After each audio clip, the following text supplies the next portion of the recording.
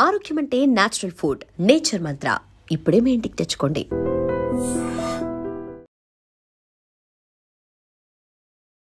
Conversation Nellore అసలు ఏందా బియ్యా యాడుండేది నువ్వు? మన నెల్లూరేనా? ఏ ఊరా? మీ మధ్య సుబ్బు గారి మధ్య ఆ ప్రేమ ఎలా చిగురించింది? నేను ఫస్ట్ మా సుబ్బు గారిని పిలిచింది అన్న అని పిలిచింది. కొటక్ మహేంద్ర ఫ్రాంక్ కాలు అవును, ఇండస్ట్రీలో ఒక స్టార్ నటుడు, స్టార్ రైటర్ 70 సార్లు విన్నారంట. అవును. ఎవరైనా తడికిన పర్ణేశారు. ఒకసారి ఏడ్చారంట, నిజమేనా? 3 months బేబీ మా పెద్దమ్మాయి 3 months బేబీ చేతిలో ఉన్న ఎవరు లోపలికి ఎవరికి రానివ్వలేదు.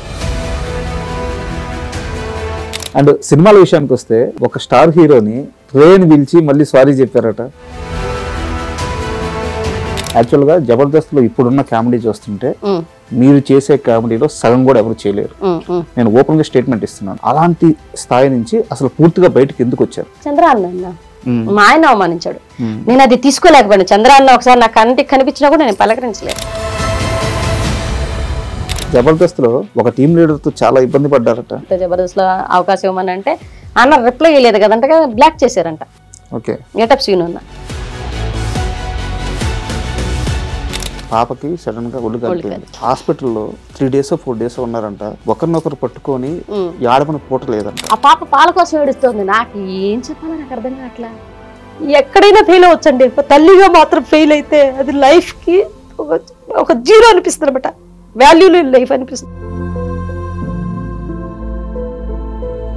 Hi, welcome to my show. Cine రంగంలో భాషకి, యాసకి గౌరవాన్ని ఇచ్చి ఏ ఆర్టిస్ట్ అయినా ముందుకెళ్తే వాళ్ళకి మంచి ఫ్యూచర్ ఉంటుంది. ఈ నేపథ్యంలోనే నెల్లూరు యాసని తన అస్త్రంగా మార్చుకొని యావత్ తెలుగు సినీ ప్రేక్షకులకు దగ్గరైన నటి నెల్లూరు నీరజ.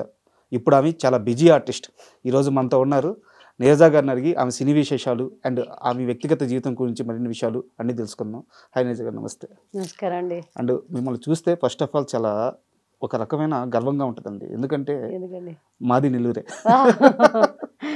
అంటే ఒక నేపథ్యం లేదు, ఎక్కడి నుంచో ఒక జీరోగా మొదలైన ప్రయాణం ఈరోజు అంటే మీ కామెడీ కానీ లేదా మీ యాక్టింగ్ కానీ అండ్ మీ స్క్రీన్ ప్రెజెన్స్ కానీ కొన్ని లక్షల మందికి ఇష్టం.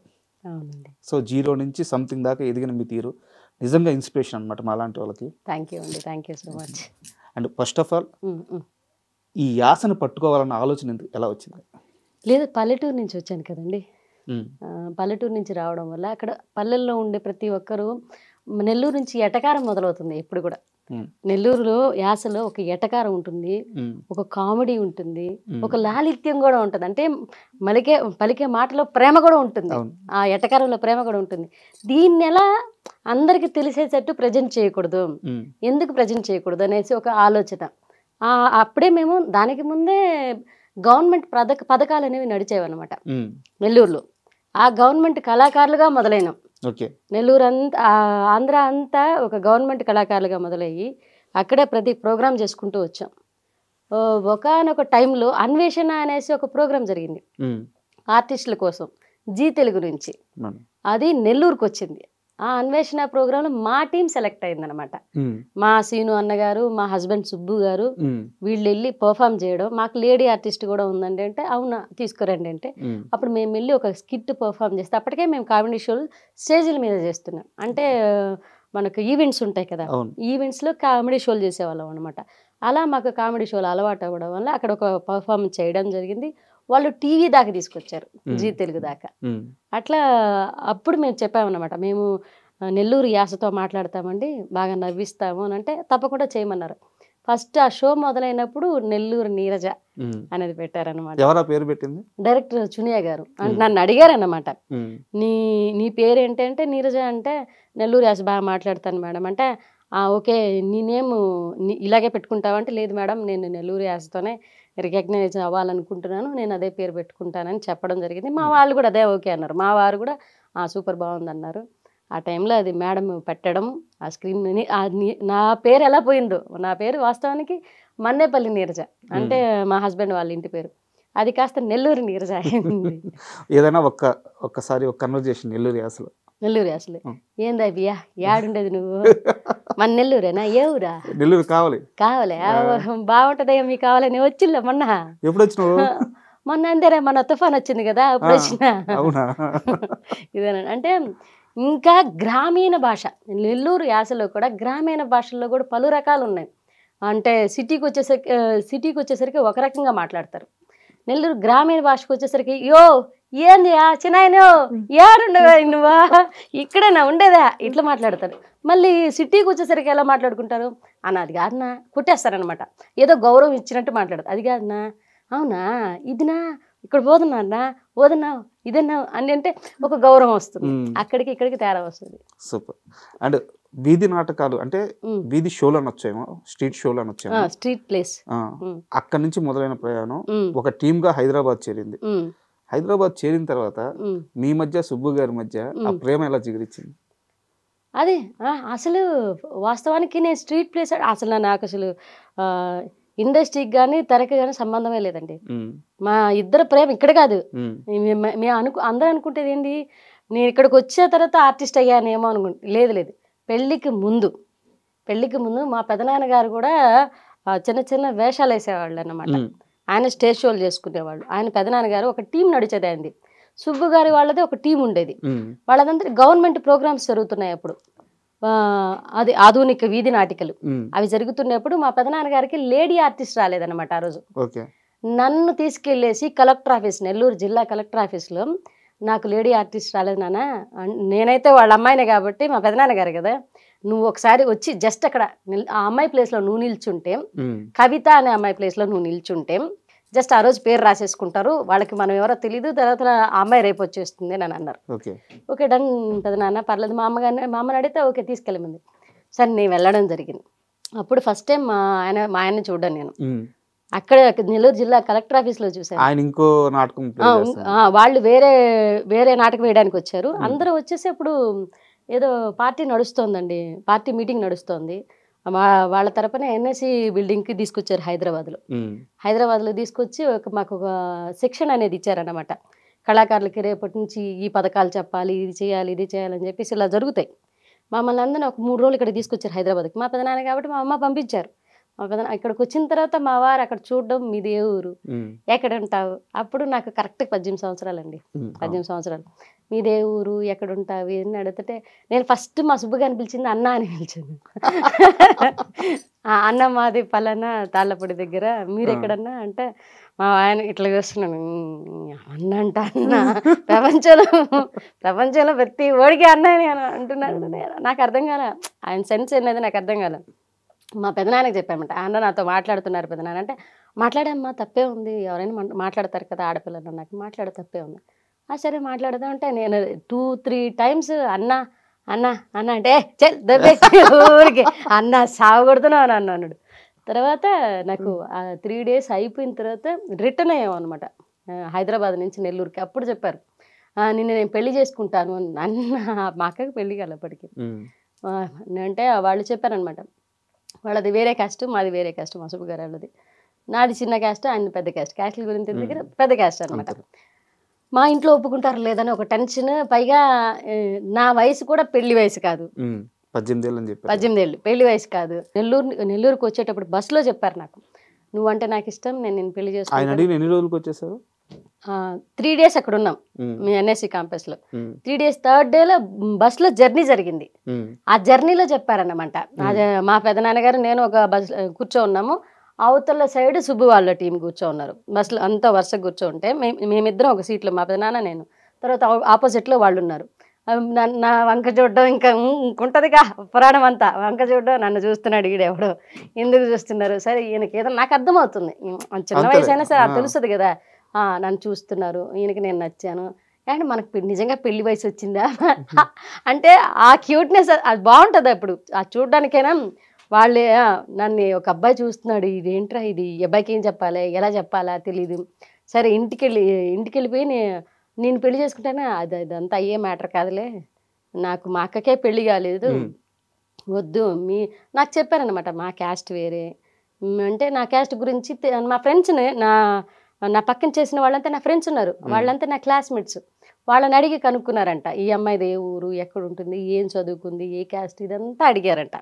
అడిగితే వాళ్ళు వచ్చి నాకు చెప్పారు, నీ గురించి అడుగుతున్నారు, అన్న డీటెయిల్స్ అన్నీ అడిగాడంటే. నేను తర్వాత అడిగాను, ఎందుకు అప్పుడు కూడా నేను అంటున్నాను ఏమని, ఎందుకన్నా నా గురించి డీటెయిల్స్ అని. నాకు అన్నే లోపల వెటకారం ఉంది, వీడిని ఏడిపిద్దాము, నాకు తెలుస్తుంది, నాకు లైన్ వేస్తున్నాడని నాకు తెలుస్తుంది, బట్ ఏడిపిద్దాం, అవాయిడ్ చేద్దాం, చూద్దాం నిజంగా ఇది అట్రాక్షనా లేకపోతే ఇది లవ్వా, ఇది కన్ఫర్మ్ లేదు. ఆయన ప్రపోజ్ చేసిన ఎన్ని రోజులకు మీ మ్యారేజ్ జరిగింది? 1.5 month. 1.5 month. మీరు ఫిక్స్ అయిపోవడం, వచ్చేయడం, మ్యారేజ్ చేసుకోవడం. అసలు ఇక్కడ వరకు ఓకే, సరదాగా జరిగిపోయింది. ఒక చిన్న మధ్యతరగతి కుటుంబం, ఇంటి నుంచి బయటకు వచ్చారు. బిలో మధ్యతరగతి కన్నా బిలో మధ్యతరగతి, బిలో మిడిల్ క్లాస్. జోబిలో 13 రూపాయలు ఉన్న వ్యక్తిని ఎలా నమ్మి, ఏమి నమ్మి పెళ్లి చేసుకున్నారు? మిమ్మల్ని ఎలా నమ్మాలంటే ఎస్పీ శివధర్ రెడ్డి గారి దగ్గరికి నన్ను తీసుకెళ్లాడు. ప్రజెంట్ ఇప్పుడు ఆయన హైదరాబాద్కి వచ్చున్నారు. ఎస్పీ శివధర్ రెడ్డి గారు అక్కడ ఉన్నారనమాట. అప్పుడు నెల్లూరులో నడుస్తున్నారు, ఆయన ఎస్పీగా ఉన్నారు. ఆయన దగ్గరికి తీసుకెళ్ళి నేను అడిగిన క్వశ్చన్కి ఆయన చెప్పిన ఆన్సర్ ఏంటంటే, ఎస్పీ శివధర్ రెడ్డి గారి దగ్గరికి వెళ్తాం, పోలీస్ సంరక్షణలో నిన్ను పర్మిషన్ తీసుకుని నేను పెళ్లి చేసుకుంటా, నీకు ఓకేనా అని అన్నాడు. నాకెందుకు, ఆడపిల్లలకు కావాల్సింది ఏంటి, సేఫ్టీ. ఈ ప్రపోజల్ మా అమ్మకి చెప్పాను అనమాట. ఇట్లా ఒక అబ్బాయి నన్ను ఇష్టపడుతున్నా అంటే మా అమ్మ 2 పీకింది. అందరం తిట్టడం మొదలు పెట్టారు. మా మేనమామ వాళ్ళు ఇంటికి వచ్చారు, తిట్టారనమాట. మా మేనమామకి ఇంకో మేనమామకి కొడుకున్నారు. ఆ మామకి ఇచ్చి పెళ్లి చేద్దామని ఫిక్స్ అయ్యారు మెంటల్గా. ఆడికి కూడా తెలిసింది. ఆడి కూడా ఏంటంటే ఒక ఏరేవండి, ప్రేమించింది ఈ పిల్ల, అప్పుడే ఈ పిల్ల వయసుకి ఈ పిల్ల ప్రేమ అంటే వీళ్ళందరి మంది నేనేం తప్పు చేస్తే తలంచుకుంటున్నాను. ఒక వ్యక్తిని ఇష్టపడడం కూడా తప్పేనా అంటే, మనసుకి కూడా రేపు నేను అడిగిన మాటలు ఏంటంటే, మా అమ్మని రేపు నా మనసుకే తెలియని వ్యక్తిని తీసుకొచ్చి నా ముందు కూర్చోబెట్టి పెళ్లి చేసేసుకోమంటారు. ఆడు బాగా చూసుకుంటాడో లేదో తెలుసు. 1 monthలో నీకు, మా అమ్మ అడిగింది కూడా, 1 monthలో నీకు ఆ అబ్బాయి గురించి ఏం తెలిస్తే, పోనీ రేపు నువ్వు చూపించే 2 నిమిషాల అబ్బాయి గురించి నాకేం తెలుస్తుంది, పోనీ నీకు తెలుసా అమ్మ? నేను స్ట్రాంగ్గా ఉన్నాను. నేను క్వశ్చన్స్ అడుగుతున్నా, ఆవిడ క్వశ్చన్స్ అడుగుతుంది. ఇలా కాదని చెప్పేసి మా అమ్మ ఏం చెప్పింది, ముందు అక్కకి పెళ్ళి అయిపోతే నీకు పెళ్లి చేయడమా, లేకపోతే ముందు ఈ పిల్లకి పెళ్లి చేద్దామని వాళ్ళు ఒక రకమైన డిస్కషన్ నడుస్తుంది. మా సుబ్బు గారికి చెప్పాను అనమాట, సుబ్బు ఇలా నడుస్తుంది అని చెప్పి. మా ఊర్లో అప్పుడు నాకు సెల్ ఫోన్ లేదు, ఇంట్లో ఫోన్స్ లేవు. ఊర్లో ఎస్టీడీ బూత్ ఉంది. ఎస్టీడీ బూత్కి వెళ్ళి నా ఫ్రెండ్ ఒక అమ్మాయి ఉండే, కృష్ణవేణి అనేసి, ఆమె ఆ ఊర్లోనే ఉంటుంది. ఆమెకి మ్యాటర్ అంతా చెప్పాను. ఆమె దగ్గర డబ్బులు తీసుకొని ఎస్టీడీ బూత్కి వెళ్ళి ఫోన్ చేసి మా సుబ్బు గారు ఒక ఫోన్ నెంబర్ ఇచ్చారు. ఆ నెంబర్కి చేస్తే వాళ్ళ ఇంటికి ల్యాండ్ లైన్కి పోతుంది. ఆ ల్యాండ్ లైన్కి ఫోన్ చేసి స్వప్న అని చెప్పాను అనమాట నా పేరు. అంటే ఎత్తుకోవడం మా సుబ్బు గారికి కొన్ని పాయింట్స్ భలే నచ్చాను అనమాట నాకు. ఎత్తుకోవడమే వాళ్ళ అమ్మగారు ఎత్తారు ఫోను. ఎవరమ్మా అని అంటే, నేను స్వప్నని అని చెప్పాను. స్వప్నని అంటే, సుబ్బు గారితో మాట్లాడాలి, మొన్న నాకు ఈ నెంబర్ ఇచ్చారు, వాళ్ళ టీంలో చేశాను నేను అని అంటే, ఎత్తుకోవడం వాళ్ళ అమ్మ వెళ్ళిపోయారు. ఫోన్ ఇచ్చేసి సుబ్బు గారికి వాళ్ళ అమ్మ వెళ్ళిపోయారు. ఆయన ఎత్తుకోవడం చెప్పి నీరజా అంటాడు. అదేంటది నా పేరు, నేను స్వప్న అని చెప్పాను కదా, నీకు ఎలా తెలుసు అంటే, నేను లైఫ్లో ఇచ్చిన నంబర్ నీకేను, వేరే ఆడపిల్లకి లేదు. సో స్వప్న అనే పిల్ల నా టీంలో ఎవరూ చేయలేదు. నాకున్నది ఒకటే ల్యాండ్ లైన్ నెంబరు, అది నేనే నీకు ఇచ్చాను, నాకు గుర్తుందే అన్నాను. మరి నువ్వు వేషాలకి నాకు చెప్పకనా ఉన్నాను. సరే చెప్పండి, ఇదంతా మ్యాటర్ చెప్పాను అనమాట. మా అమ్మ వాళ్ళు వేరే అతను చూస్తున్నారు అంటే, సరే నీ నిర్ణయం ఏంటి? వస్తే పెళ్లి చేసేసుకుంటా అన్నాడు. నువ్వు వస్తే నేను పెళ్లి చేసుకుంటా, మా అమ్మ పక్కన ఉంది, నేను బయటకు వచ్చి మాట్లాడతాను, ఇదే ఎస్టీడీ బూత్కి వచ్చి ఫోన్ చేస్తాను. ఫ్రెండ్ ఫోన్, నా దగ్గర ఫోన్ ఉంది, చిన్నది ఉంది వాళ్ళ దగ్గర. ఆ ఫోన్ నుంచి ఫోన్ చేశాడు అన్నమాట బయటకు వచ్చి. నేను అక్కడే నిల్చో ఉన్నాను. తను వెళ్ళి కూడా అప్పటికి 10 minutes అయిపోతుంది. నాకు ఫోన్ చేస్తాడా లేదా అని నాకు పక్కన టెన్షన్. ఎస్టీడీ బూత్లో ఉన్నాను నేను. మళ్ళీ రిటర్న్ కాల్ చేస్తే ఆ ఎస్టీడీ బూత్ ఆవితే మళ్ళీ నాకు ఇచ్చిందనమాట. ఇందాక చేసిన అన్న వాళ్ళకి, బయట వాళ్ళకి ఏం చెప్తాం, ఇందాక చేసిన అన్న చేశారు అన్న అంటే, సరే మాట్లాడుకుంటున్నాం అనమాట. మళ్ళీ ఎక్కడ మ్యాటర్ తెలిస్తే మా అమ్మ దాకా వెళ్ళిపోద్దు, ఆపేస్తారని ఒక టెన్షన్ ఉండే. సరే ఫోన్ చేసి మాట్లాడితే, సరే అమ్మా నువ్వు బయలుదేరి వచ్చేసి నేను ఎస్పీ గారి దగ్గర తీసుకెళ్ళి, నీకు సెక్యూర్గా ఉండేదానికోసం, నువ్వు నన్ను నమ్మేదానికోసం, సరే మీ అమ్మ అడిగిన క్వశ్చన్స్ అన్నీ కరెక్టే, ఆవిడ అడగడంలో తప్పే లేదు, నువ్వు రా, నేను పెళ్లి చేసుకుంటా. సరే తీసుకెళ్ళాడు. ఈ స్ట్రగుల్ పీరియడ్లో నాకు నమ్మకం కలిగింది అనమాట. అప్పుడు ఎన్ని సంవత్సరాలు అవుతుంది పెళ్ళి? 15 సంవత్సరాల పైన అయిపోయిందండి. ఇప్పుడు ఎలా ఉన్నారు మీ సుబ్బు? బాగున్నారు. మీ సుబ్బులాగే ఉన్నారా? ఏం చేంజెస్ రాలేదా? వచ్చాయి, కానీ వెంటనే అంటే తన చేంజెస్ ఎలా ఉంటాయని, షార్ట్ టెంపర్, ఈ ఆర్థిక ఇబ్బందులు ఇవన్నీ చూసుకుంటూ ఈ బాధ్యతల వల్ల, ఇద్దరు ఆడపిల్లల వల్ల అప్పుడప్పుడు కోపడతారు, గొడవలు జరుగుతాయి. ఆయన ఎంత గొడవలు జరిగినా నా సర్వెంటింగ్ తిరుగుతూ ఉంటాడు అనమాట. నన్ను వదిలిపెట్టిపోడు, నా సర్వెంటింగ్ తిరుగుతూ ఉంటాడు. మళ్ళీ 2 రోజులు మాట్లాడుకుంటుంటే ఏంటే నువ్వు ఏదో గొడవలో ఏదో అన్నాను వదిలేసి అంటే నాకు అర్థమవుతుంటుంది. సో మనకున్న స్ట్రగుల్స్ వల్ల, ఆర్థిక ఇబ్బందుల వల్ల వచ్చే గొడవలు, ఆర్థిక ఇబ్బందుల్లో వచ్చిన గొడవలు కానీ మా ఇద్దరి మధ్యన వచ్చిన గొడవలు లేవు అనమాట. ఈ ఆర్థిక ఇబ్బందుల వల్ల వచ్చిన గొడవలు, అప్పులు ఎందుకు నేను చెప్పినప్పుడు విన్నావా నాన్న, నువ్వు తీసుకుంటావు వాళ్ళ దగ్గర, ఎందుకు అంతంత వడ్డీలంటే తీసుకుంటావు, నా మాట విన్నావా, అది ఇది బాగానే పడ్డాయి. కానీ మళ్ళీ కంబ్యాక్ వస్తారనమాట. లైఫ్ అంతా సెట్ అయిన తర్వాత ఎప్పుడైతే మీరు ఇక్కడ జీ తెలుగుకి ఎంట్రీ ఇచ్చారో, కామెడీ క్లబ్ యాక్చువల్గా జబర్దస్త్ కంటే ముందు స్టార్ట్ అయిన షో అది. అవును అవును, చాలా సక్సెస్ కూడా అయింది. అవును. బట్ ఎందుకు ఆగిపోవాల్సి వచ్చింది? అంటే వాళ్ళు 16 ఎపిసోడ్స్ చేశారండి. 18 ఎపిసోడ్స్ చేశారు. లైవ్లో మ్యూజిక్, అక్కడ ఉన్న ఎడిటింగ్ కూడా లైవ్లోనే. అంటే మనం ఇక్కడ ఎపిసోడ్స్ చేసేసిన తర్వాత ఎడిటింగ్ తీసుకెళ్ళి దాన్ని టెలికాస్ట్ ఇదంతా లేదు. ఆవిడ చునియా గారు అనేసి బాస్ సినిమా డైరెక్టర్ అనమాట. ఆవిడ మాకు ఆ షో చేసిన ఆవిడ లైవ్లో ఎడిటింగ్ పెట్టించారు. పెద్ద పెద్ద ఇప్పుడు సీరియల్ ఫామ్ అవుతున్న వాళ్ళని చేత, తర్వాత సినిమాల్లో బాగా ఎక్కువ ఫామ్ అయిన వాళ్ళని తీసుకొచ్చి పోటీగా పెట్టి, మా నెల్లూరు వాళ్ళని పోటీగా పెట్టి చేశారనమాట. కానీ ఆవిడ లేడీ కదా, వాళ్ళ స్ట్రగుల్ ఏంటో మాకైతే అర్థం కానీ 16 ఎపిసోడ్ తర్వాత ఆపేశారు, షోనే ఆపేశారు.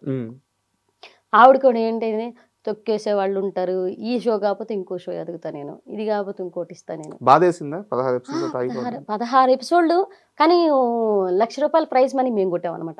సినిమా వాళ్ళతోటే, సీరియల్ వాళ్ళతోటే, మేము అసలు ఆర్టిస్టులమే అక్కడ వెండి తెరకు సంబంధం లేని వాళ్ళతోటే మేము వచ్చి పోటీ చేసి మేము నవ్వించాము. అసలు ఏమీ తెలియదు అప్పుడు. ఈ స్టేజ్ ఫియర్ ఎంత ఉండేదంటే, స్టేజ్ షోలు చేసినా సరే చుట్టూ కెమెరాల మధ్యలో మేము, చుట్టూ కెమెరాలు కాకుండా చుట్టూ మనుషులు మధ్యలో మేము ఉన్నాం ఇంతకాలం. అక్కడ చుట్టూ కెమెరాల మధ్యలో మేము, అంతే కదా. ఏంట్రా బాబు ఎట్టు తిరగదామన్నా కానీ ఏమంటారు, ఏం మాట్లాడాలో, ఎటు వెళ్ళాలో, ఎటు రావాలో ఈ టెన్షన్ ఉండేదన్నమాట. ఆ సమయంలో మీ చుట్టూ చాలా మంది స్టార్లు ఉన్నా ఒక్క ఈటీవీ ప్రభాకర్ గారు మాత్రం మిమ్మల్ని చాలా ఓన్ చేసుకున్నారంట, మీ టీం చాలా సపోర్ట్ గా నిలిచారంట. ఏంది ఆయనతో అనుభూతి ఏంది? ఆయన ఏం చెప్పారంటే, నేను కింద స్థాయి నుంచి ఎదిగిన వ్యక్తిని. ఎప్పుడు కూడా ఈ స్థాయి నుంచి ఎదిగిన వాళ్ళకి పక్కనోడి కష్టాలు అర్థం అవుతాయి. అది ఉన్న పళంగా ఆర్టిస్టులు అవుతారు చూసారు, మధ్య మధ్యలో మనకు తెలియకుండా మన సైడ్కి ఆఫర్ వచ్చేస్తుంది. అలాంటి వాళ్ళకంటే పక్కనోడి బాధలు అర్థంగా. మేము చిన్న స్థాయి నుంచి ఎదిగిన వాళ్ళం కాబట్టి వాళ్ళు మాట్లాడారు అనమాట. ఏం చేస్తుంటారమ్మా మీరు, మా ఆయన మా అన్నయ్య మేము ఒక టీం సార్ పక్కన చేసేవాళ్ళు. మా ఆయనతో బాగా మాట్లాడేవారు ప్రభాకర్ అన్న. మేము ఒక టీం చేసామన్నా, ఇట్లా నెల్లూరులో కూడా ఈవెంట్లు చేస్తాం, అది ఏదంటో సూపర్. నేను కూడా అప్పటికే ఆయన ప్రొడ్యూసర్ కాల, ఈటీవీ ప్రభాకర్ అన్న ఇప్పుడు ప్రొడ్యూసర్. ఆయన సీరియల్లో నటిస్తున్నారు, యాంకర్గా కూడా ఉన్నారు ఆయన. ఇట్లా మాట్లాడి, నేను ఒక యాంకర్ని అంటే నేను మిమ్మల్ని సీరియల్లో చూశాను సార్ అంటే, మంచిదమ్మా, అవునా, బాగా చేశానా, నేను బాగున్నానా, అక్కడికి ఏమైనా సంబంధం ఉందా, మారిపోయానా, మీరు బాగున్నారన్నా అంటే అందరితో మాట్లాడారనమాట. బట్ లేడీ ఆర్టిస్టులు ఎవరు కూడా నన్ను దగ్గర తీసుకోవడం కానీ, నాతో ఫ్రీగా మాట్లాడడం కానీ, ఫ్రీగా మూవ్ అవ్వడం కానీ ఎవరు జరగలేదండి, ఎవరు జరగల. నాకు ఎక్కడ బాధ వేసిందంటే, జీ తెలుగు కామెడీ క్లబ్లో అప్పటిదాకా స్టేజ్ షోలు చేసాను. ఒక పల్లెటూరు నుంచి వచ్చిన అమ్మాయి మేకప్ గురించి తెలియదు, హెయిర్ స్టైల్స్ గురించి తెలియదు, ఒక కట్టు బొట్టు కూడా ఏమి సరిగా తెలియదండి. కెమెరా ఫియర్ తప్పితే కెమెరా ముందు ఎలా ఉండాలో, నడుచుకోవాలో కూడా తెలియదు. అలాంటి అమ్మాయి వాళ్ళ మధ్యన నిలబడింది అనేసరికి వాళ్ళల్లో ఒక రకమైన అంటే ఈమెను మనకి ఎందుకు సపోర్ట్ చేయాలి వై అన్న క్వశ్చన్ మార్క్ ఉంది వాళ్ళు. అంటే సారీ టు ఇంటరప్ట్ యు, ఓసారి ఏడ్చారంట, నిజమేనా? అవును, ఏడ్చేశారట. అవును. అంటే ఎక్కడ వాళ్ళ అందరూ వరుసగా రూమ్లు ఇచ్చున్నారు, రూమ్స్ ఉన్నాయి. రూమ్స్ ఉంటే నాకు మాత్రం ఎవరు అందుకే నేను లేడీ ఆర్టిస్టులు ఎవరు దగ్గర తీసుకునేది ఎందుకన్నానంటే, మొత్తం వరుసగా సారథి స్టూడియోసా, అన్నపూర్ణ స్టూడియోస్ ఏదో స్టూడియోలో జరిగిందండి. జరిగితే అందరూ వరుసగా రూమ్లు ఇచ్చారు. ఆ మీరు ఒక లేడీ రూమ్లోకి వెళ్ళండి, ఏదో ఒక లేడీ రూమ్లోకి అంటే చెప్పారు నాకు. ఎవరో రానివ్వట్లేదు, ఎవరు రానివ్వలేదు. నేను కొబ్బరి నూనె పెట్టుకొని జడేసుకొని వాళ్ళు కామెంట్ చేసుకుంటున్నారు, నాకు వినపడుతున్నాయి, చెవులు దాకా వినపడుతున్నాయి నాకు. ఏదో ప్రొడక్షన్ అమ్మాయి అంటున్నారు. ఆ ప్రొడక్షన్ అమ్మాయి అంటే కూడా నాకు తెలియదు నిజంగా, ఆర్టిస్ట్ అనట్లా, ప్రొడక్షన్ అమ్మాయి అన్నారు. అన్నది కూడా ఒక పర్సన్ అయితే నాకు అది ఇప్పుడు ఆ పర్సన్కి నేను ఓ రేంజ్లో ఉన్నాను. మీకు ఆర్టిస్ట్ ఎవరో గుర్తున్నారా? అందరూ గుర్తు చెప్తారా, పేర్లు చెప్తారా? ఎందుకులేండి, నేను వెళ్ళాను. ఇండస్ట్రీలో ఉన్నారు. ఇండస్ట్రీలో ఉన్నారు. నేను వెళ్ళాను ఒకసారి. ఆవిడ ఆ రూమ్ నుంచి ఆవిడ ఖాళీ చేసి వేరే రూమ్లోకి వెళ్ళారనమాట. ఎందుకు స్టేజ్ మీద పిలుస్తున్నారని. వేరే ఆర్టిస్ట్ ఈవిడ కలిసి వెళ్ళిన తర్వాత ఆ రూమ్లోకి వచ్చి నేను కూర్చున్నాను. నా చేతిలో బేబీ ఉంది, 3 months బేబీ. మా పెద్దమ్మాయి 3 months బేబీ చేతిలో ఉన్న ఎవరికి రానివ్వలేదు. అప్పుడు డైరెక్టర్ గారు వచ్చింది, చునియా గారు. ఆవిడ రూమ్ ఇచ్చింది నాకు.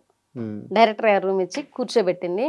కూర్చోబెట్టిన తర్వాత వాళ్ళ రూమ్ ఆవిడ రెడీ అయిపోయి నేను వెళ్ళిపోతాం. నాన్న నువ్వు నాన్న అని మాట్లాడింది ఆవిడ. నన్ను హగ్ చేసుకో, నువ్వు పెద్ద ఆర్టిస్ట్ అవుతావు, రాసి పెట్టుకోమని చెప్పింది. నువ్వు పెద్ద ఆర్టిస్ట్ అవుతావు, దేనికి భయపడకు, దేనికి సిగ్గుపడకు, నీకున్న యాక్టింగ్ని అక్కడ చూపించు. మనం ఎదిగే కొద్దీ అన్ని మన సరౌండింగ్స్ మారుతాయి, మనం మారుతాం, అన్నీ మారుతాయి. కానీ ఈరోజు నువ్వు ఎదిగినప్పుడు ఎలా ఉన్నావో రేపు కూడా అలాగే ఉండాలని చెప్పింది. నాకు ఒక బ్రెయిన్ వాష్ చేసి ఆవిడ కూర్చోబెట్టింది అనమాట. నేను ఏడుస్తుంటే ఎందుకు ఏడుస్తున్నాం, వాళ్ళు ఎవరు రానిలేదు మేడం, వాళ్ళు ఎవరు కూర్చొనివ్వట్లేదు మేడం అని అంటే, దేనికి, నా రూమ్ ఉందిరా, నేను వాళ్ళు ఆర్టిస్టులు, నేను డైరెక్టర్ని, మిమ్మల్ని డైరెక్ట్ చేస్తాను, నా రూమ్లో వచ్చి కూర్చో. ఆయన చైరేసి కూర్చోబెట్టింది. కాసేపు కూర్చున్నాను. ఫీడింగ్ బేబీ మా పాప. ఆ పాపను ఎత్తుకుంది. పాపను ఎత్తుకొని తను డైరెక్షన్ చేయడానికి వెళ్ళిపోయారు. ఆ తర్వాత ఈవిడ రూమ్ నాకు ఇక్కడే మొత్తం కెమెరాలు ఏదేదో ఉన్నాయి అక్కడ. నాకు ఈవిడ రూమ్లో కూర్చోవాలంటే ఒక రకమైన టెన్షన్ వస్తుందన్నమాట. మేము డైరెక్టర్ కదా, మనం ఎంత కూర్చోబెట్టినా నాకు కూర్చోడానికి అవ్వట్లేదు. పక్కన ఆర్టిస్ట్ రూమ్ ఖాళీగా ఉంది.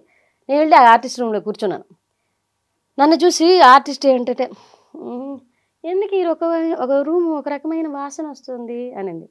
మీరున్నారని నాకు అర్థం కాదు, సెన్స్ అర్థం కాల. నాకు అర్థం కాక, నాకు తెలియదు మేడం అంటే, వాష్రూమ్ యూజ్ చేసేవారా మీరు అని. లేదు మేడం, ఇప్పుడే వచ్చాను డైరెక్టర్ గారు రూమ్లో. డైరెక్టర్ గారు రూమ్లోకి ఎందుకు వెళ్ళేవో నేను. నాకు అసలు ఈమె ఏం మాట్లాడుతుంది, ఎందుకు ఇలా మాట్లాడుతుంది నాకు అర్థం కావట్లే. అప్పుడు ఆమె అంటమే, ఆమె మాట్లాడేటప్పుడు నేను మధ్యలోంచి బయటకు వచ్చేసాను. డైరెక్టర్ గారి దగ్గరికి వెళ్ళిపోయాను. ఇంకా నేను ఏ రూమ్ దగ్గరికి పోలే, నేను రెడీ అయి ఉన్నాను. జస్ట్ మాకు అప్పుడు మేకప్ చేయట్లేదు, మా own costume, own hair style, నేనే జడేసుకొని ఒక చిన్న ముడి పెట్టుకొని శారీ కట్టేసుకున్నాను. ఫస్ట్ డే అది, డే 1 అనమాట. డే 2కి డైరెక్టర్ గారి రూమ్లో ఉన్నాను. ఆమె షో అయిపోయేంత వరకు నా రూమ్ వదలదు. అక్కడ నుంచి మీరు ₹1,00,000 ప్రైజ్ మనీ గెలిచిన తర్వాత వీళ్ళందరి రియాక్షన్ ఏంటి? మామూలు రియాక్షన్స్ కదా, వాళ్ళు ఫోటోలు తీసుకున్నారు మీతో వచ్చి. కానీ నాకు ఆ వ్యక్తి సారీ చెప్పలేదు. సారీ చెప్పడం కానీ, కన్విన్స్ ఒక కలివిడిగా మాట్లాడడం కానీ ఏది చేయలేదన్నమాట. సర్లే నేను లైట్ తీసుకున్నాను. ఇప్పటికీ కలుస్తుంటారా? లేదు, ఎప్పుడు ఆ వ్యక్తికి గుర్తుందో లేదో కూడా తెలియదు నాకు. సో అక్కడ నుంచి ముందుకు వచ్చిన తర్వాత కొన్ని ఈవెంట్స్ చేశారు. తర్వాత కొన్ని సినిమాలు, వెబ్ సిరీస్లు అన్నీ వచ్చినాయి. కువైట్ కూడా వెళ్ళాము. సో ఈవెంట్స్ అప్పుడు చాలా బాగా చేశారు. లైఫ్ లో సెటిల్ అవుతున్నామంటే బాగా నమ్మకం వచ్చింది. ఒక ఇల్లు కట్టుకున్నారు, పిల్లలు పెద్ద అయ్యారు. అనుకోకుండా ఒక కష్టం, పాపకి సడన్ గా ఒళ్ళు కలిపింది. ఆ ఎపిసోడ్లో హాస్పిటల్లో 3 days 4 days ఉన్నారంట. ఒకరినొకరు పట్టుకొని ఆడమని పూట లేదంట. ఏం జరిగింది అసలు హాస్పిటల్? అసలు మా పెద్ద పాపకి ఒళ్ళు కాలింది సార్. ఆ ఒళ్ళు కాలినప్పుడు ఏంటంటే, ఎంత ఏజ్ అప్పుడు? LKG student. చిన్న పాప, అవును ఎల్కేజీ స్టూడెంట్. చిన్న పాపకి 2 years చిన్న పాప. పెద్ద పాప ఎల్కేజీ స్టూడెంట్. ఆమెకి ఒక 42% బండి, అంటే మొత్తం ఒక కోడి చర్మం కదా ఊడిపోయినట్టు ఊడిపోయింది. వేడి నీళ్ళు పడితే ఒక కోడికి వితిన్ సెకండ్ల చర్మం ఎలా ఊడిపోతుందో అలా ఊడిపోయింది, మొత్తం ఊడిపోయి. ఆ బేబీ ఇలా చూసుకోగానే అమ్మాయి కోమాలోకి వెళ్ళిపోయింది. పక్కన వాళ్ళు ఏంటి చచ్చిపోయిందని చెప్తున్నారు. అది ఇంట్లో హాట్ వాటర్ పెట్టాం. ఏమన్నా గీజర్ ఉంటుంది కదా, ఈ 400 rupees గీజర్స్ ఉంటాయి, బకెట్లో పెడతాం. అది పెట్టేసి స్పాట్ డెడ్ అయి ఉండాల్సింది. కానీ భగవంతుడి ఏంటంటే స్పాట్ డెడ్ అవ్వాల. అది హీటర్ పెట్టేసి నేను స్విచ్ ఆన్ చేస్తున్నాను. మా సుబ్బు గారు బయట ఉన్నారు. చిన్న పిల్లలు, ఒక పాప ఫీడింగ్ పాప, ఈ పాప అప్పుడే ఎల్కేజీకి వెళ్తూ ఉంది. ఈ అమ్మాయిని రోజు స్నానానికి బతిమలాడితే కానీ స్నానానికి రాదు ఈ పాప. అలాంటిది ఆ రోజు నేను పిలవక తలకే బాత్రూంలోకి వెళ్ళింది. అది ముట్టుకోగానే షాక్ వచ్చింది.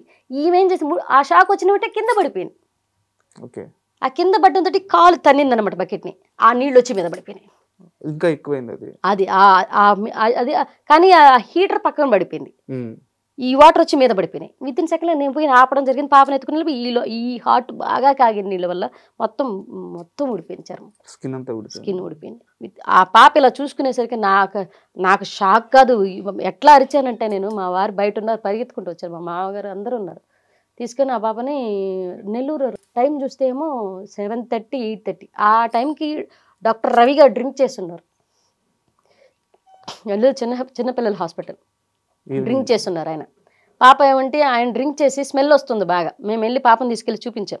చూపించిన తర్వాత ఆయన ఏమంటున్నారు, పాప చచ్చిపోయింది తీసుకెళ్ళండి అన్నాడు. పాపకు శ్వాస ఆడుతుంది, పాప బతుకుంది మాకు తెలుస్తుంది, చేయి పట్టుకొని ఉంది నాది, కానీ మాట్లాడట్లా, భయపడిపోయింది. కానీ అక్కడున్న మిగతా డాక్టర్స్ ఏం చెప్పారంటే వితిన్ సెకండ్స్లో మెడ్రాస్ తీసుకెళ్ళిపోండి, వితిన్ సెకండ్స్లో మెడ్రాస్ తీసుకెళ్ళి బతికే ఛాన్స్ ఉంది అని చెప్పంగానే అక్కడి నుంచి ఆయన చెయ్యాలనుకుంటున్నా కానీ తాగి ఉండడం వల్ల చేయలేకపోతున్నారు. అంటే అప్పటికి ఆయన ఓపీ చూస్తున్నారా? ఓపీ చూస్తున్నారు ఆయన, డ్యూటీలోనే ఉన్నారు ఆయన. ఆయనకి అది వెళ్ళిపోయే టైం అంట. ఆయన వెళ్ళిపోయే టైంలో మేము వెళ్ళాం ఎమర్జెన్సీ. కానీ ఆయన ఏంటంటే బాబా చనిపోయింది తెలుస్తుంది ఇట్లా అంటున్నారు. పక్కన వాళ్ళు మేనేజ్ చేస్తూ ఆయన తీసుకెళ్ళిపోయారు పక్కకి.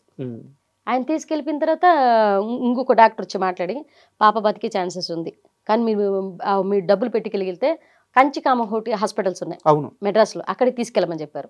మా దగ్గర డబ్బులు లేవు ఆ టైంలో, అప్పుడే ఇల్లు కట్టున్నాము, పూర్తయిపోయింది, చిల్లి కావలేదు డబ్బులు.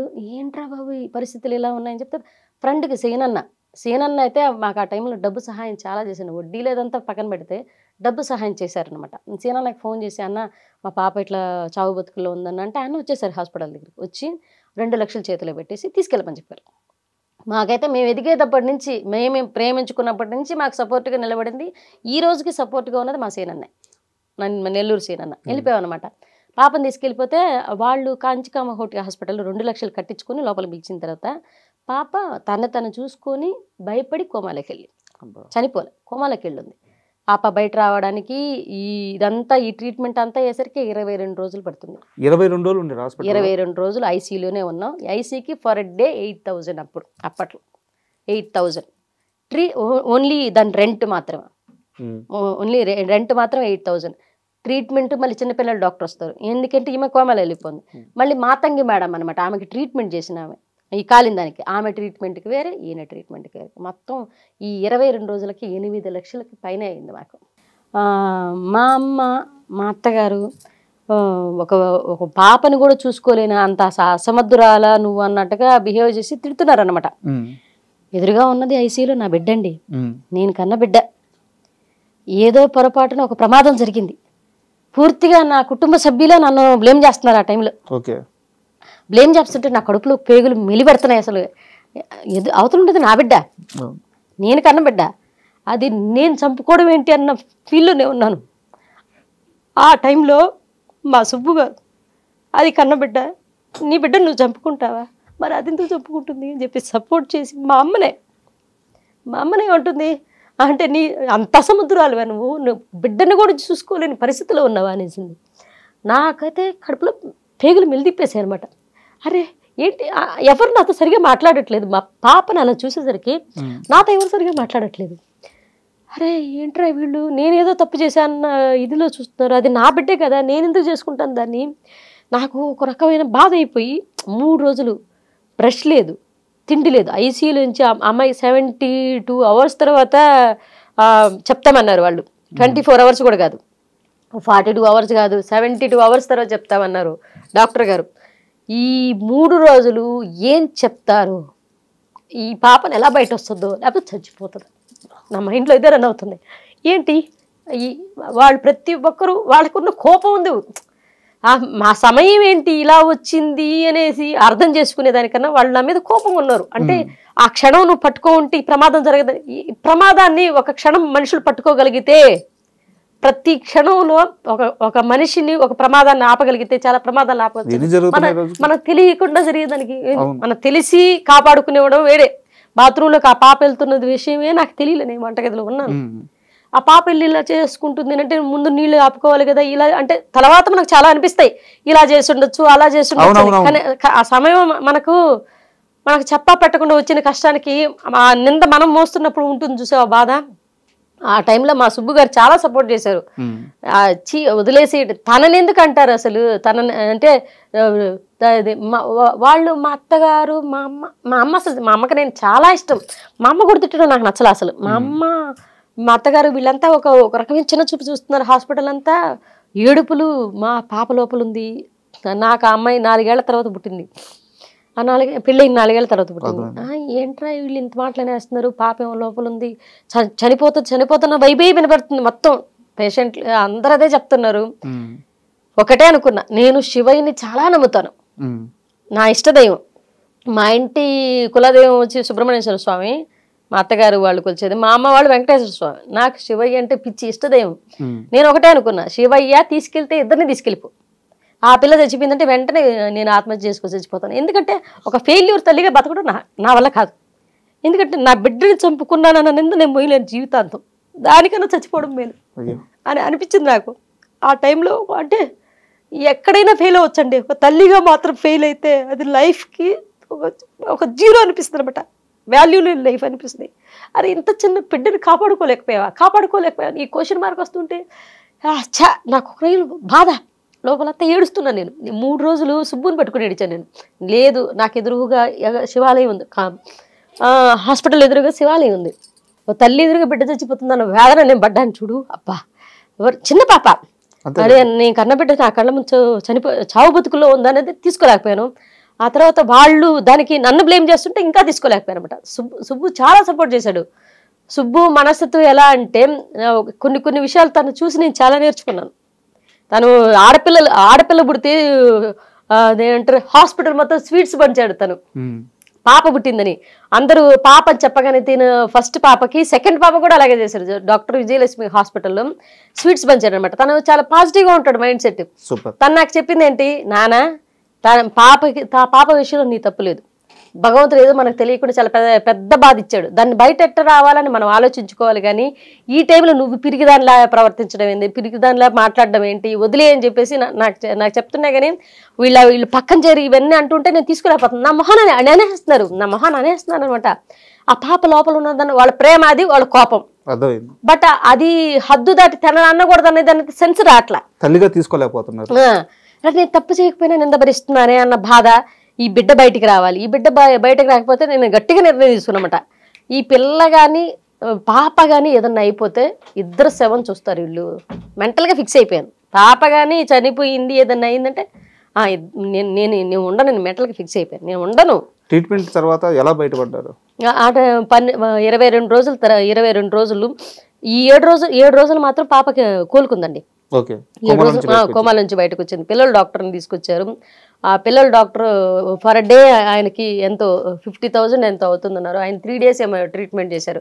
అంటే నడవడం కూడా మర్చిపోయే రేజ్కి వెళ్ళిపోయిందంట అమ్మాయికి. అమ్మాయి ఒకసారిగా అమ్మాయిని నడిపించి తీసుకెళ్ళి మాట్లాడించి ఒక ఐసీ రూమ్ని కూడా ఒక చిన్న పిల్లల గదిలాగా మార్చేశారు. ఎక్కడ పడితే అక్కడ బెలూన్స్ కట్టి మాట్లాడిస్తూ నన్ను 24 ఆయన ట్రీట్మెంట్ చేసేటప్పుడు మాత్రం చిన్నపిల్లల డాక్టర్ నన్ను బయట ఉంచేవాళ్ళు ఒక అరగంట.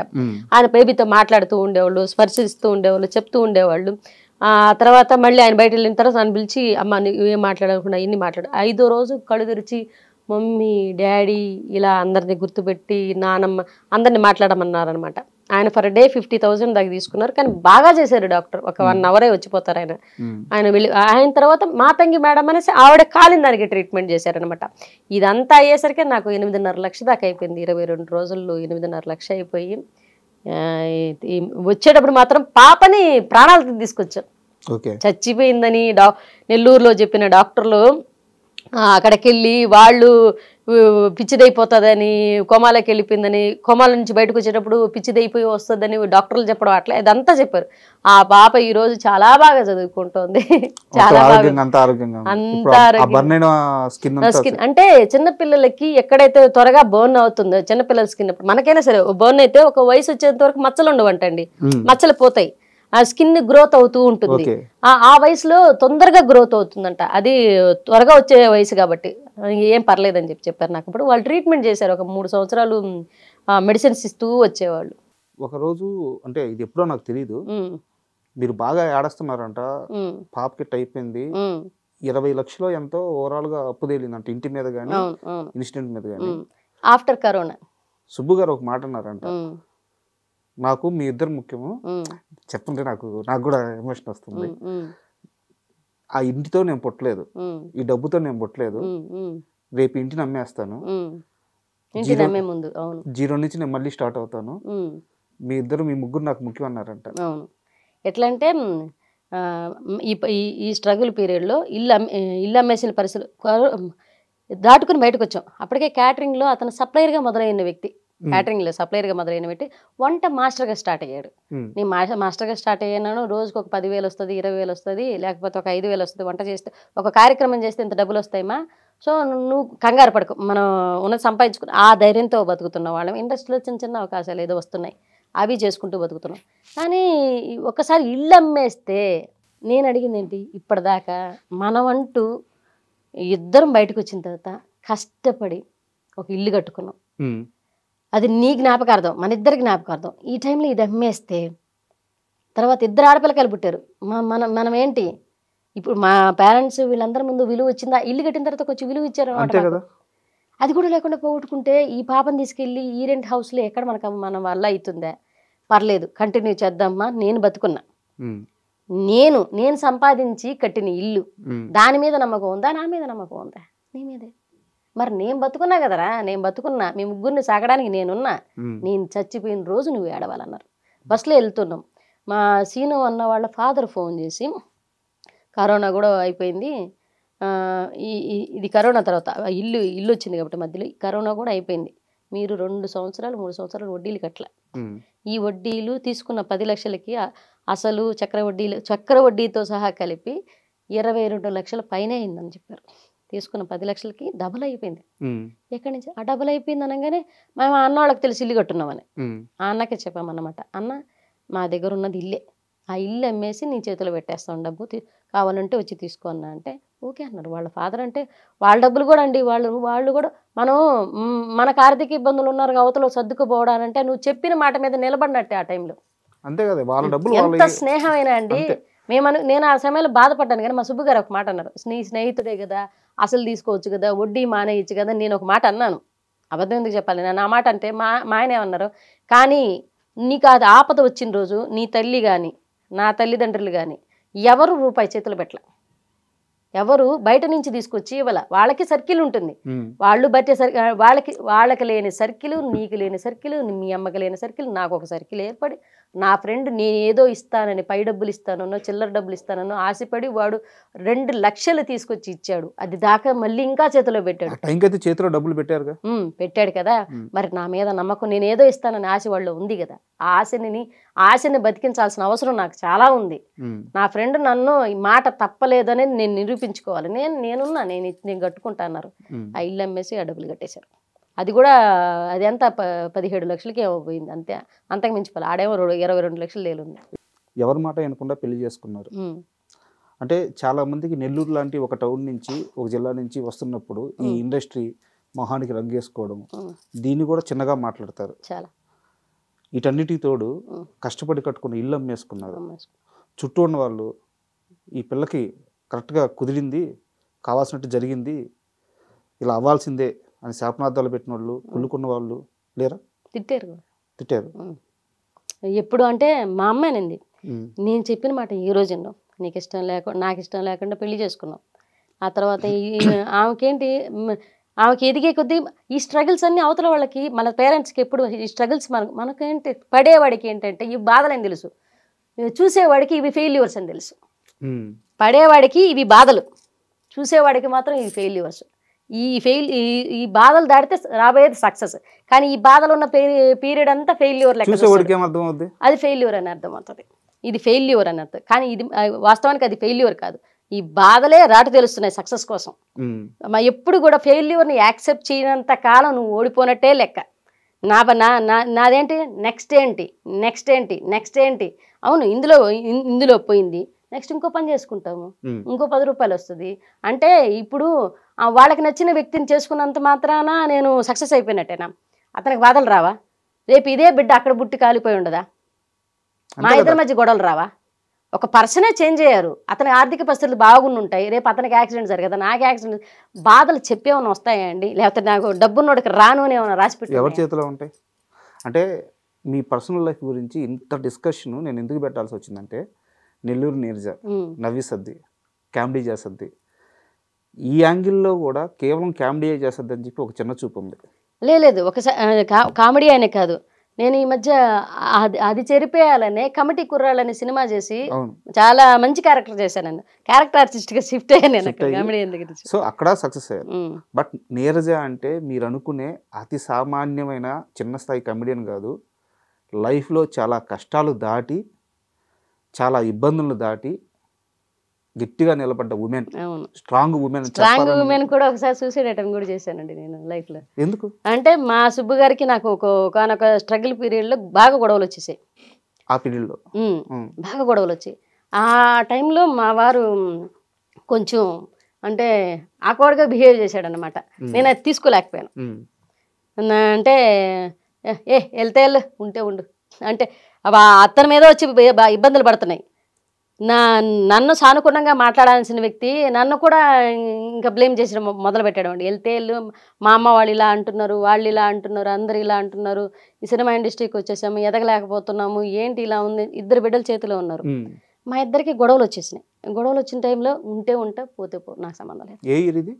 అది ఒక 5 years బ్యాక్ హైదరాబాద్కి వచ్చున్నాం. ఆ టైంలో మేము హైదరాబాద్కి వచ్చున్నాం, ఈ ఇల్లు అక్కడ అమ్మేసాము, పిల్లల్ని 2 తీసుకొచ్చి హైదరాబాద్కి వచ్చున్నాం. మొత్తం మా ఆయనకు అయితే ఒక ఆఫర్ రాలేదు, నాకు చిన్న చిన్న ఆఫర్లు వస్తున్నాయి, లేకపోతే వచ్చిన 1 yearకి వెళ్ళిపోదాం అనుకుంటున్నాం. మేము అప్పుడు వెళ్ళిపోదాం అనుకుంటుంటే ఏంటంటే ఎవరు పిలవట్లా, అవకాశాలు చెప్పట్లా, మన ఇండస్ట్రీని నమ్ముకొని వచ్చాం. అక్కడ చూస్తే ఏమంటే కరోనా తర్వాత అప్పులు, పాపం ఆయన తప్పు కూడా లేదు, అప్పులు వచ్చి మీద పడిపోయినాయి, వాళ్ళు వచ్చి మీద కూర్చున్నారు. అక్కడ అప్పులు తీర్చేసినా కానీ మా దగ్గర బ్యాక్ బోన్గా డబ్బులు లేవు. మా అమ్మ వాళ్ళు అవమానిస్తున్నారు. ఇంకా బిడ్డలు ఏడ బతకలేని వాళ్ళు హైదరాబాద్కి పోయి బతకతారా? పల్లెటూరు ఏడ పని చేసుకునే దాని అన్నీ ఉంటాయి, అందరూ తెలిసిన వాళ్ళు ఉన్నాం, అందరి మధ్యన బతకలేని వాళ్ళు ఎక్కడో తెలియని హైదరాబాద్ సిటీలో మీరు మీ మొగుడు పిల్లలు ఇంట్లో చిన్న బిడ్డలను పడేసి మీరు బతకతారా అని చెప్పేసి మాట్లాడారనమాట. మాట్లాడిన ఆ టైంలో మా ఆయన కొంచెం ఇంట్లో గొడవలు జరిగాయి మా ఇద్దరికి. ఆ టైంలో నన్ను తిట్టడం వల్ల నాకు ఇగు దెబ్బతినింది, బాగా హట్ అయ్యాను అనమాట. అంటే ఇంతకాలం సపోర్ట్ చేసి ఇలా మాట్లాడే సుబ్బు నన్ను తిడుతున్నాడా అనేది తీసుకోలేకపోయాను నేను. అది తీసుకోలేక ఆ మనస్తత్వంతో సూసైడ్ అటెంప్ట్ చేసుకున్నాను. అంటే ఎలా చేశారు, ఏం చేశారు? నాకు హైపోథైరాయిడ్ ఉంది. బేబీని కన్న తర్వాత నాకు హైపోథైరాయిడ్, సెకండ్ బేబీని కన్న తర్వాత హైపోథైరాయిడ్ అటాక్ అయింది నాకు. ఆ ట్యాబ్లెట్లు ఉన్నాయి, ఒక 70 మాత్రలు ఉన్నాయి, ఎత్తి వేసేసుకున్నాను. అలా హాస్పిటల్ తీసుకెళ్ళారా? వితిన్ సెకండ్స్లో ఎత్తి వేసేసుకుని కామ కూర్చున్నాను. మా అమ్మ వచ్చున్నారు అప్పుడు, మా అమ్మ కూడా తెలియదు ఈ గొడవలు జరిగేటప్పుడు. మా అమ్మ వచ్చున్నారు, మా అమ్మ వచ్చి మా ఇద్దరి మధ్య గొడవలు జరిగేటప్పుడు మా అమ్మ వచ్చింది ఇంటికి వచ్చింది. ఆవిడేమంటే ఏంది మీరు 24 గంటలు గొడవలు వేసుకుంటున్నారని. మా ఆయన ఏదనంటే నాకేమండి, మా ఆయన నన్ను అంటున్నాడే, మా సుబ్బు నన్ను అన్నాడే, తీసుకోలేకపోతున్నాను. తను నన్ను ఓదార్చట్లా. ఎప్పుడు జరిగేది ఏంటి, ఏదన్నా అన్నా కానీ ఓదారిస్తాడు, పుజ్జగిస్తాడు, వెళ్ళిపోతాడు. అది జరగట్లే. అంటే నన్ను నిజంగానే హెల్ప్ చేస్తున్నాడా అంటే నాకు ఇదే తీసుకోలేకపోతున్నాను. తీసుకోలేక ఈ ట్యాబ్లెట్లు వేసుకుని కామ కూర్చుంటే ఎందుకు డల్గా ఉన్నావు మా అమ్మకి ఏదో వెళ్తే బాత్రూంలో ట్యాబ్లెట్ బాక్స్ కనిపించింది. మా అమ్మ ఫోన్ చేసేసింది, ఈ పిల్ల సూసైడ్ అటెంప్ట్ చేసుకుందని. వితిన్ సెకండ్స్లో హాస్పిటల్ తీసుకెళ్ళి అప్పుడు యోధా వాళ్ళ ఫాదర్, అప్పుడు మా ఫ్యామిలీతో చాలా సన్నిహిత సంబంధాలు ఉన్నాయి అన్నకి. యోధా వాళ్ళ ఫాదర్ చందు అన్న. ఆ అన్న ఏంటంటే మా దగ్గర డబ్బులు లేవు, అన్నది హైదరాబాద్ 30,000 కట్టే అన్న హాస్పిటల్లో. ధనరాజు అన్న, యోధా వాళ్ళ ఫాదర్, వీళ్ళంతా ఒక 2-3కే తెలుసు, ఇప్పుడు ప్రపంచం మొత్తం తెలుస్తుందేమో. ఆ 2-3 హాస్పిటల్ తీసుకెళ్ళి మా ఆయన మేము ఒక 30,000 కట్టి హాస్పిటల్ అడ్మిట్ చేసి మొత్తం ఆ ట్యాబ్లెట్లన్నీ కక్కించి, అది హార్మోన్ ట్యాబ్లెట్స్ కరిగేదానికి ఒక 1/2 hour పడుతుంది బాడీలో. అవి మిగతా ట్యాబ్లెట్ అయితే వెంటనే కరిగిపోతాయంట, ఇవి కరగడానికి సమయం తీసుకుంటుంది. ఒక 1/2 hour తర్వాత మాత్రం మొత్తం కళ్ళల్లోంచి ముక్కులోంచి ఎక్కడ పడితే అక్కడ హార్మోన్ ట్యాబ్లెట్ కాబట్టి మొత్తం పేగులు పేలడం లాంటివి, బ్లడ్ బయటకు రావడం లాంటివి జరుగుతాయంట. అవి జరగక ముందే 10 నిమిషాలే హాస్పిటల్ తీసుకెళ్ళడం, మొత్తం క్లీన్ చేయడం, అదంతా జరిగిందనమాట. అదొక నడిచింది, అదొక సమయం, బ్యాడ్ టైం అది. సో ఈరోజు ఇప్పుడు ఒక సక్సెస్ పాత్రలో ఉన్నారు. ఆ రోజు ఆ డిసిషన్ తీసుకొని రాంగ్ నిర్ణయం ఒక ఆ డిసిషన్ వల్ల ఏమన్నా అయి ఉంటే ఈరోజు సక్సెస్ని చూసేవాళ్ళ. చూసేవాళ్ళం కదా. అంటే ఒక మనం అంటే మనం ఏదన్నా వచ్చినప్పుడు ఎదుర్కోలేకపోవడం ఆ సున్నితమైన మనస్సుతో ఉండడం వల్ల చావుని బేసేయడం. అంటే నాకు చావు దాకా వెళ్ళిన తర్వాత నాకు ఒకటి అనిపించిందండి, ఎప్పుడు కూడా మనం తీసుకునే నిర్ణయాలు క్షణిక ఆవేశం అనేది ఒకటి ఉంటుంది. ఆ క్షణిక ఆవేశాన్ని దాటలేకపోతే చాలా వాల్యుబుల్ లైఫ్ని కోల్పోతాం. క్షణిక ఆవేశాన్ని దాటలేకపోతే మనకు వచ్చిన ఆవేశాన్నో కోపాన్నో దాన్ని దిగమింగుకోలేకపోతే చాలా వాల్యుబుల్ లైఫ్ పోతుంది అనమాట. తర్వాత నాకు అర్థమైంది, నేను బెడ్ ఎక్కిన తర్వాత నేనేమనుకున్నాను, శివయ్యనే బతికితే బాగుండు, శివయ్యనే బతికితే ఆవేశంలో చేసేసాను, ఆవేశంలో చేశాను. పిల్లలు ఇంత పెద్ద నా ఫీడింగ్ పాప, ఆ పాప పాల కోసం ఏడుస్తుంది. నాకు ఏం చెప్పాలో నాకు అర్థం కావట్లా. మా అమ్మ పక్కన కాళ్ళ దగ్గర కూర్చొని ఏడుస్తుంది. మా సుబ్బు మౌనంగా మా సుబ్బు కళ్ళల్లో ఎన్ని కనపడుతున్నాయి క్వశ్చన్ మార్కులు. ఏం చేస్తే ఇంత పెద్ద నిర్ణయం, ఎందుకు ఇంత పెద్ద పనిష్మెంట్ నాకు అడిగి నా దగ్గర బెడ్ దగ్గరికి వచ్చి నా తల ముట్టుకొని ఇంత పెద్ద పనిష్మెంటా అని అన్నాడు. నాకు అసలు నా మాటకి నా కళ్ళలో టక్ పడిపోయినాయి. ఇంత పెద్ద పనిష్మెంట్ అని అన్నాడు అంటే కరెక్టే కదా, ఇంత పెద్ద పనిష్మెంట్ ఎందుకు నీ సుబ్బుకి నన్ను అడిగాడు. అంటే నాకు అరే నేను తప్పు చేశాను, నేను బతకాలి అనుకుంటూనే ఉన్నాను. ఇట్లా బతికి ఆ 1.5 డే మాత్రం ఒక రకమైన అంటే లేస్తే కూర్చుంటే లోపల నుంచి సెగొస్తుంది, కడుపులంతా పేగులంతా పొక్కిపోతున్న ఫీల్, చెవుల్లోంచి వేడిగా వచ్చేయడం, కళ్ళల్లోంచి నీళ్ళు గారిపోవడం. అప్పుడు ఎవరికి తెలియదు, ఎవరికి చెప్పుకోలేదనమాట నేను. ఈ ఆర్థిక ఇబ్బందులు, డబ్బులు లేవు మాకు అప్పుడు.